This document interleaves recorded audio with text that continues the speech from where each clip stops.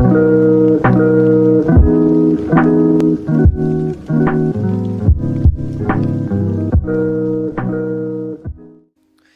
guys, how's it going? Rush here, and welcome back to episode of Cards and Castles Hidden Combos, where today we are jumping in to a deck that has similar vibes to No Interaction. Now, I say that, and a lot of people may sort of jump on the panic button and say, Red, why do we need another No Interaction-esque showcase here? And I do understand. No Interaction has been a deck that, since, I've released my video, has kind of taken off and done its own interesting thing. People have kind of taken the deck and really just have ran with it, some to great success.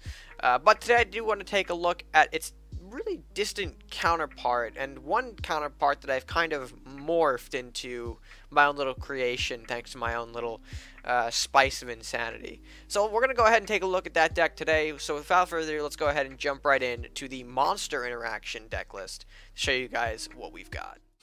Alright folks, and here we are with the Monster Interaction deck list. Now, of course, this is my little take on the Pirate Warlock variations of No Interaction that have been kind of going around since the rise of the original Crusader Warlock No Interaction.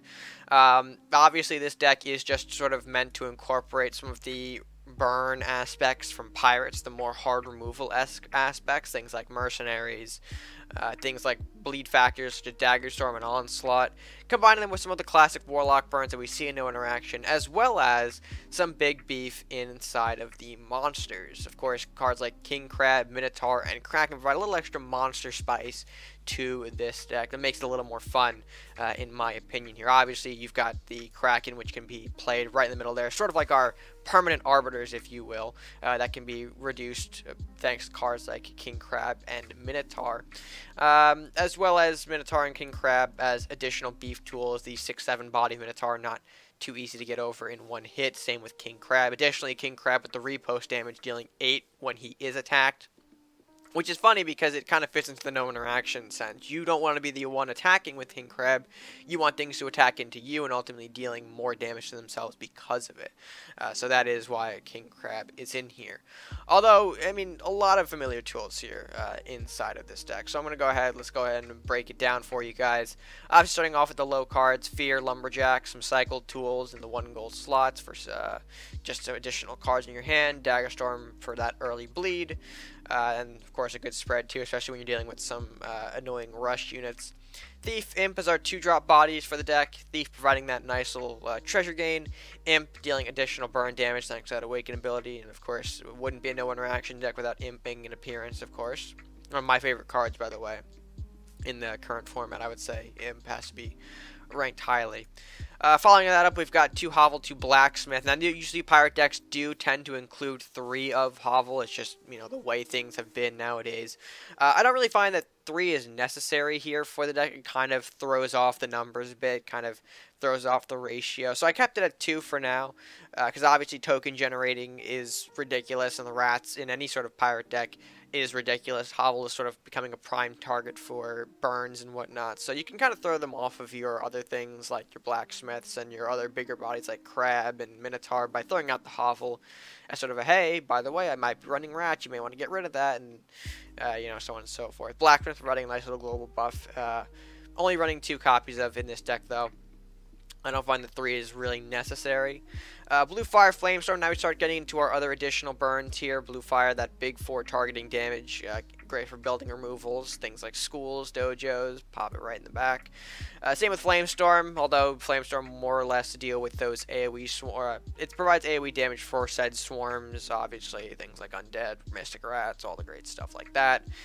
Southport Captain at 2 of provides a little more ramp to the deck, a bit more reliable ramp than Elvish, especially when you have things like Minotaur and Crab in this deck. It's important to kind of make that leap into the higher gold thresholds to get your things really going here. Drain Life, the classic no interaction burn. I think it works great here, especially since it can provide further beef to cards like Crab and Minotaur, which is fantastic. Horseman for some additional burn. Onslaught, again, more draw cycle-esque, but also another great pirate removal option for the deck. Running 2 Southport Assassins here because I find their Awaken ability is really underutilized. Obviously, decks like the Red Green Awaken make a lot of use of Assassin, but it works fairly well here. You drop it down on the 4 gold, and if it's a clean board, which often it will be, thanks to the fact that you have a lot of burn in this deck, your opponent doesn't play anything and kind of is forced to skip their turn unless they are willing to risk something of importance. So I do like Southport just to kind of throw enemies back, gives me more tempo and whatnot in games. So at 2 of though, because its body isn't really too big, but I still find it's fun nonetheless. And obviously things I've already mentioned before here, the King Crab, the Minotaur, the Kraken, but also in the back ends, 2 Dragon's Fire, 2 Execution, obviously cards that are in nearly every Warlock and Pirate deck respectively here. Execution, the hard removal, gaining some additional treasure off it, the Dragon's Fire, bigger AoE burn, and that's, I mean, about it with the Monster Interaction deck. All the cards, of course, laid out. And yeah, we should probably give it a try, though. Of course, that's what you guys are always here to see, the gameplay after all. So let's go ahead and jump into match number 1 and show you guys how the Monster Interaction deck performs in battle. Alright, folks, in game number 1 underway. A bit of a rough hand, I would admit, to open this one up. Gonna keep the Horseman, just 'cause I feel like if I can maybe coin it out, it'd be okay. Yeah, not the best opener here. A lot of our mid-game tools a bit earlier, which going up against the green-white could be a little problematic, but we'll see how things go. He does have turn 1. I'm assuming he doesn't have a whole lot, maybe debating Rider or Lumberjack, but I think you don't really need to. Yeah, okay, and there's the pass back. We do pull Elvish Thief. That's actually very useful. We will take that. I like to see that indefinitely. If he throws one out himself, which it looks like he's not going to, we would put up for a trade, but I think this is better. And then we could go into a coin drain light depending on his next play here. We can create a little bit of a buff Elvish Thief here to start things off here. And a bit annoying, I would say, if you ask me. But again, depends on what he plays here, and that is going to be a mugging for our Thief. Ugh. That's a bit rude here. Guess I'll just coin out into the Horseman here, sink in a 3 free 3 damage. I said that right the first time, right? I should have said that right the first time. Oopsies. Let's see if he's got another mugging for us or anything of that nature.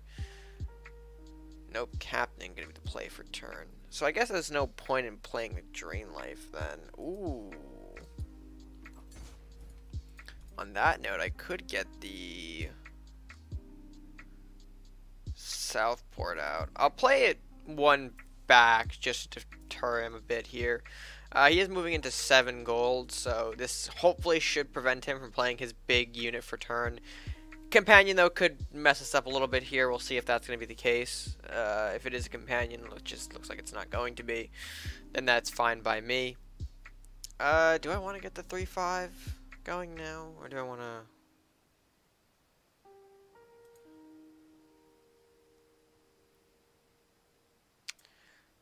yeah, let's go for it. Get a premature Drain Life here, and we go for a 3-5 on the Southport.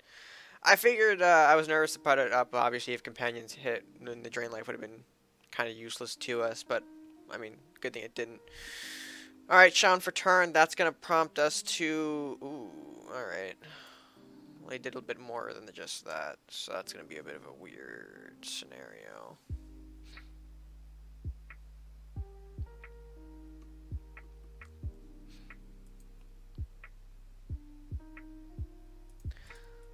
Let's go into the, let's see, 7, 10.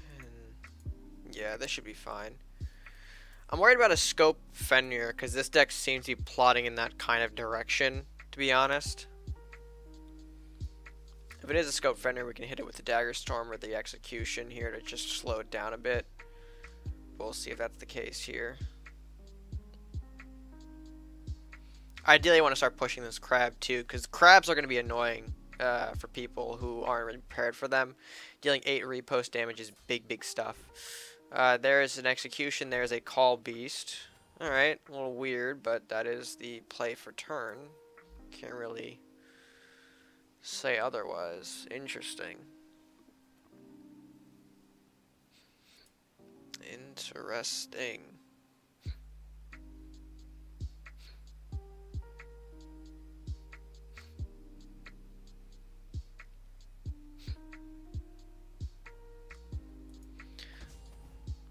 guess I could push up a crab here. Bit of an awkward place for it, but we'll push it. Not where I usually want crab to go, but in this case we obviously have to make an exception. The executions really do hurt sometimes, especially against our big monsters. There's the Fenrir that I thought was going to come out sooner or later. Good to see that man hit the board, and now very nice indeed. Just short of doing a big Flamestorm play here. That's a shame.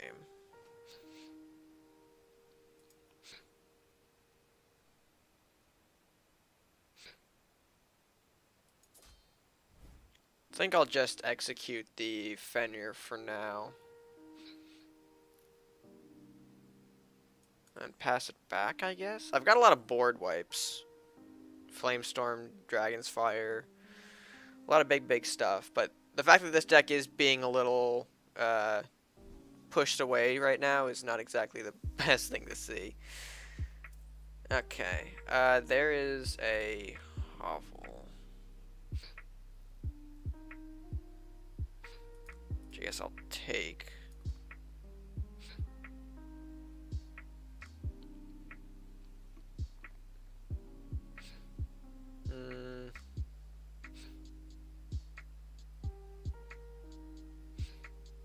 Yeah, the big problem here is that the Villaroth does some gross things. And again, if this is a scope-based deck, I don't want him getting that. Bit of a weird matchup for our first one, huh? I didn't expect to be going this back and forth in terms of counterplay. Which is a problem, because if this is a no interaction deck, it shouldn't be facing that kind of play. It should just be gunning for the face here, but we haven't really been able to get in. That's, I was about to say, that's a rushed Sea Witch. But now I know why. Now we know why. No big deal. We're probably going to have to tread our blacksmith with this, unfortunately. But we can regain the board a bit easier. Yeah. Might as well. We're going to have to. And then we'll really just push a crab down his face here. If he can't get rid of the crab, then it's going to be a big problem for him. He could just block, but if we draw another execution, this is going to be great. There's a notification that went off. Fantastic. I don't know if that picked it up. Probably could have, because I have the desktop audio on. Oh, well.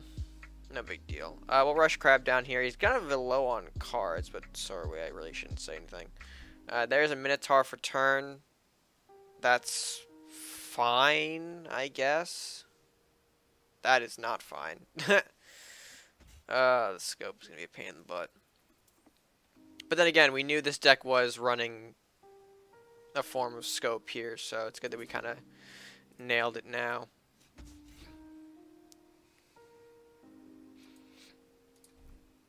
We'll let this do its thing here.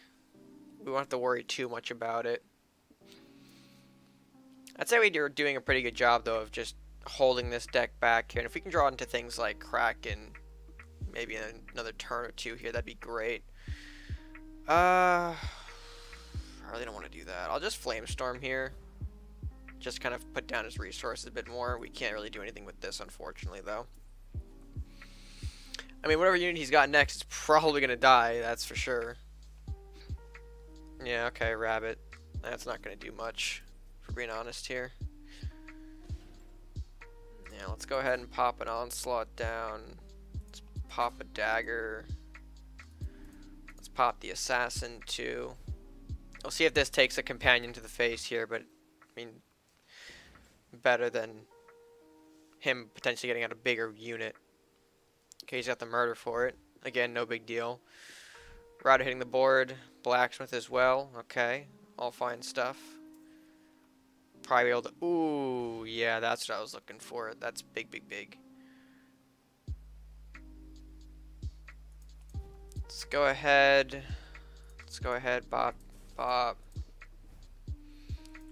Try to stop him from launching off. And then we Kraken for the win. And that's what this deck does, baby. Big Kraken finishers. Unless companions are going to come and hit me in the face. Please, don't. We'll see if he walls up, though. Okay, Robin's Parrot. No, Ring. Mugging can't use, Arcfire can't use, Vanish can't use, Winds? Kind of, actually. Is it push or pull with the Winds? I forgot if it's push. If it's push, then he might do it. But nothing that he can spawn bodies off of or do anything with. So that's going to be game 1 for us. Brilliant, brilliant start here. A little bit of a more back and forth than I would have wanted for a no interaction like deck, but it is what it is. And we'll drop the big boy Kraken. I could have done the fear, but I mean, let's be honest. We gotta love ending off with the Kraken. Great stuff for match number 1. But with that being said, folks, we have match number 2 to get into, so let's go ahead and do that right now. Alright, in game number 2, not liking this hand, to be honest. We'll take the blue fire, I guess. Ooh, lumberjack, I like that. I don't so much like the dragon's fire, but it is what it is. The lumberjack is great, especially against what probably is going to be, yeah, awaken. Yeah, I know that Salahar soldier anywhere. This is going to be an awaken matchup, so curious to see how this goes here. Going to save the blue fireball to hopefully snipe off something like a dojo that's going to come down. At least that's what I assume here. Kraken's not the best pickup, though. I will say that. Okay, feeds into our lumberjack, which is great. We'll pick up a fear. Ugh. And not really getting the target we want either. That's a bit of a shame. Let's push away the lumberjack. See if we can fear anything off the top. Minotaur's okay, not the best, but let's go ahead and trade here so we can stop any sort of reawakening stuff from happening. I'll probably pop a dojo down in the back now that he's got the lumberjack back there. I mean, it's a better position for it, so we'll see if he decides to go for it. Bring out the Masuda, and then he coins the dojo. Into the school of... Okay, alrighty, that... I am wrong on all fronts. What in the world is happening? I'm going to go with the Onslaught here against the Masuda. We don't need him doing any sort of fancy awaken stuff, so we're just going to shut that down. I'm not too worried about the lumberjack doing a 1 explosion. I mean, take it. It's all good for me, pal. I'm not going to get anything else regarding that. I am going to go ahead, though, and blue fire the swords away. That is risky to leave on the board, especially with this deck being in a possible awaken deck here. Okay, Banshee for turn, and the Salahar soldier as well. Ugh. We're getting a little chaotic here, aren't we? I think we'll bop a Flamestorm here. It's just too much value not to ignore. Pick up a Witch Ball, which is actually pretty nice for him. But I think next turn we'll get something like, hey, no, don't do a Horseman. I have the Horseman. Don't do that. Why would you do that?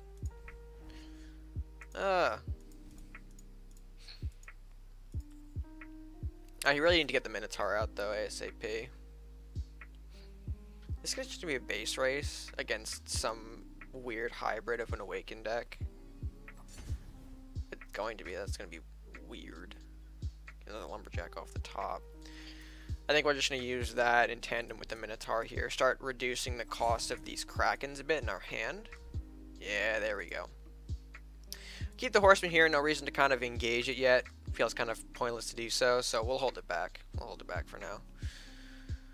Into... what are we seeing for turn here? There's a couple of options. There's a Dojo that finally makes an appearance. Into the Witch Ball, which we knew he got from the Banshee. Okay. Well, that's going to be it for turn. Huh. Alright. Well, I think at this point we can just kind of win. I probably should have Drain Life first, but...